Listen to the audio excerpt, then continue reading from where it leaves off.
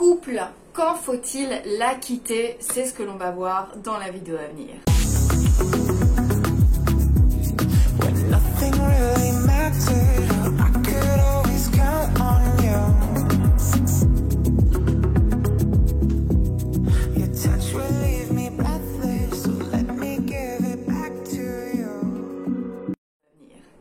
Salut mes petits bichons, j'espère qu'aujourd'hui ça va, moi ça va toujours, je me sens toujours bien, toujours fraîche. Mais les gars, on sous-estime l'importance de se faire belle ou de se faire beau.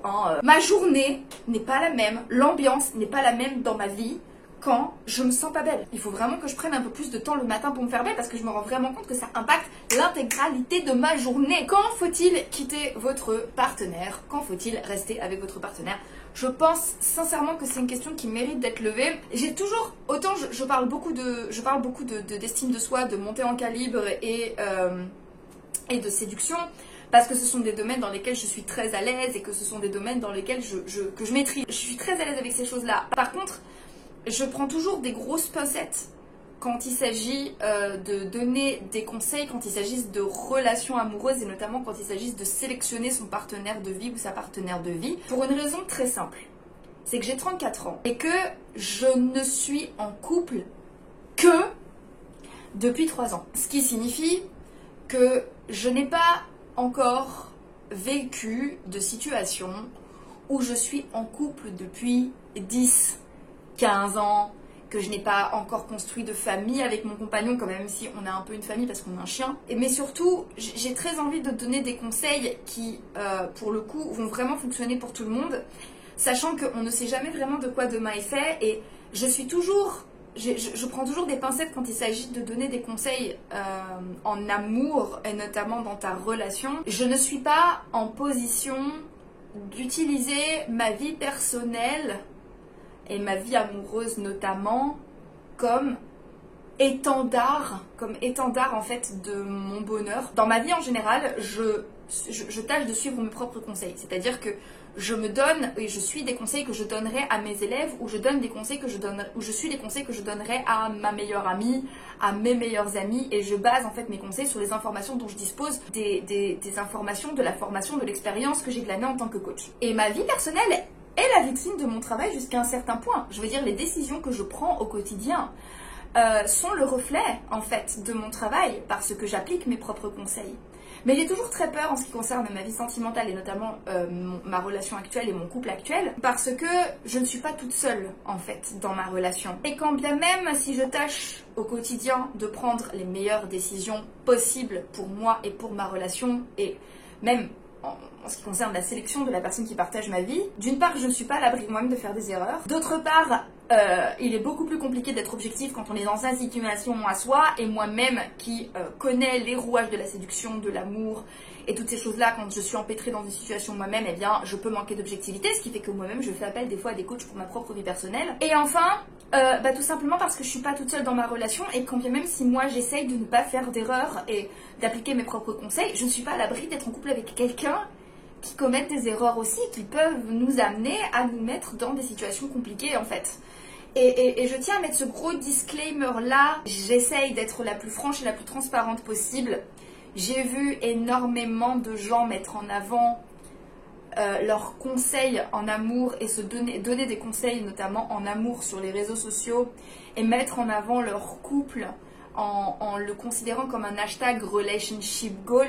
Je suis très très méfiante par rapport à ça. C'est une erreur que j'ai déjà commise dans mes anciennes relations, à mettre en avant mon couple comme l'étendard en fait de mes conseils, du genre moi j'ai réussi, toi tu peux le faire aussi. Mais autant je pense que quand il s'agit de coaching business, quand il s'agit de coaching lifestyle, quand il s'agit de coaching séduction, c'est très facile à faire, tes méthodes peuvent être plus facilement applicables. Quand il s'agit de relations amoureuses, je pense que c'est beaucoup plus délicat. Peut-être quand je serai en couple depuis 10 ans, 15 ans, je me donnerai le droit en fait d'exposer mon couple en disant regardez comme on est heureux et regardez comment nous on a réussi à tenir tout ce temps et on tient le secret pour l'amour, pour la vie qui dure, etc.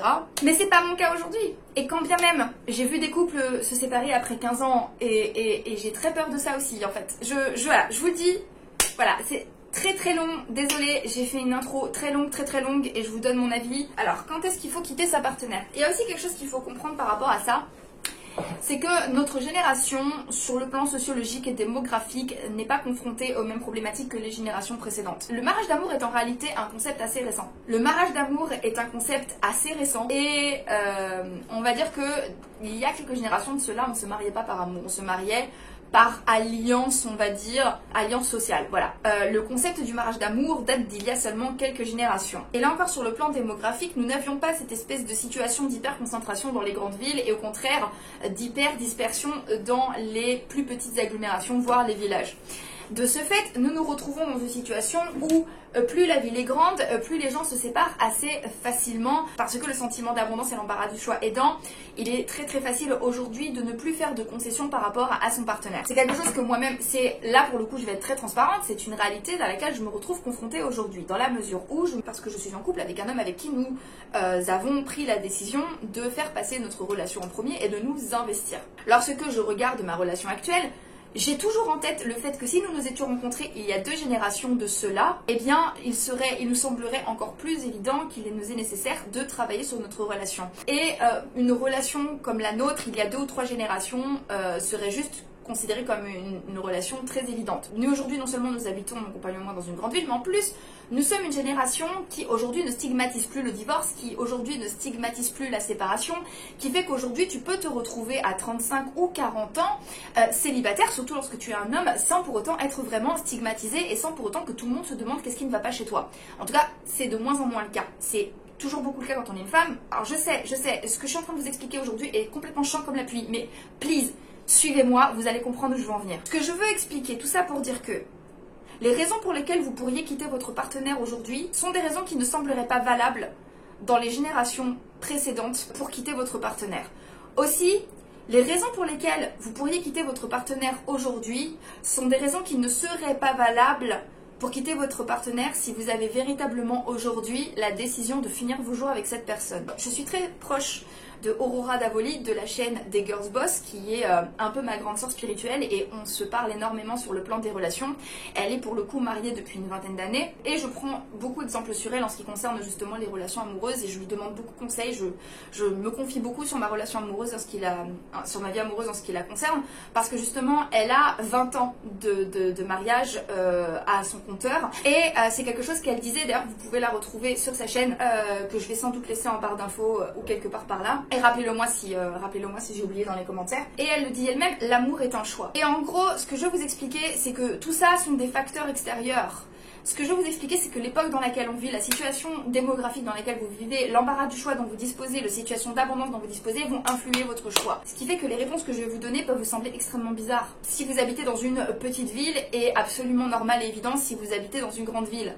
Ça peut vous sembler extrêmement bizarre si vous êtes dans une situation d'abondance où vous êtes particulièrement beau, particulièrement bien perçu par l'extérieur et que donc il y a énormément de gens qui vous courent après, ou alors si vous vous retrouvez célibataire depuis plusieurs années et que vous recherchez désespérément l'amour.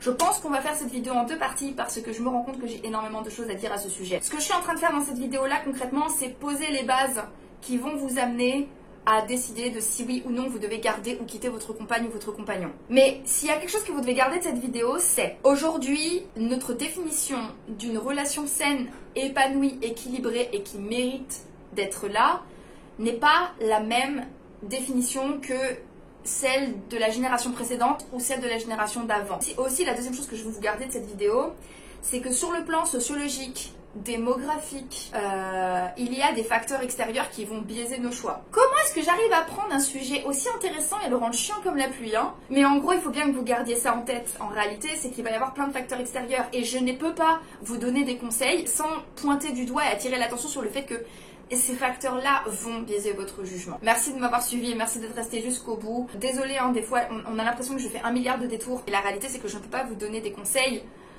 sans mettre en avant toutes ces choses-là. Et je pense que ce serait de la malhonnêteté intellectuelle de ne pas le faire. Voilà, cette vidéo est terminée. Je vous donne rendez-vous pour la suite de la vidéo. Je vous embrasse fort. Et comme d'habitude, n'oubliez jamais que si une petite quiche comme moi y arrive, tout le monde peut y arriver. Donc maintenant, c'est à vous.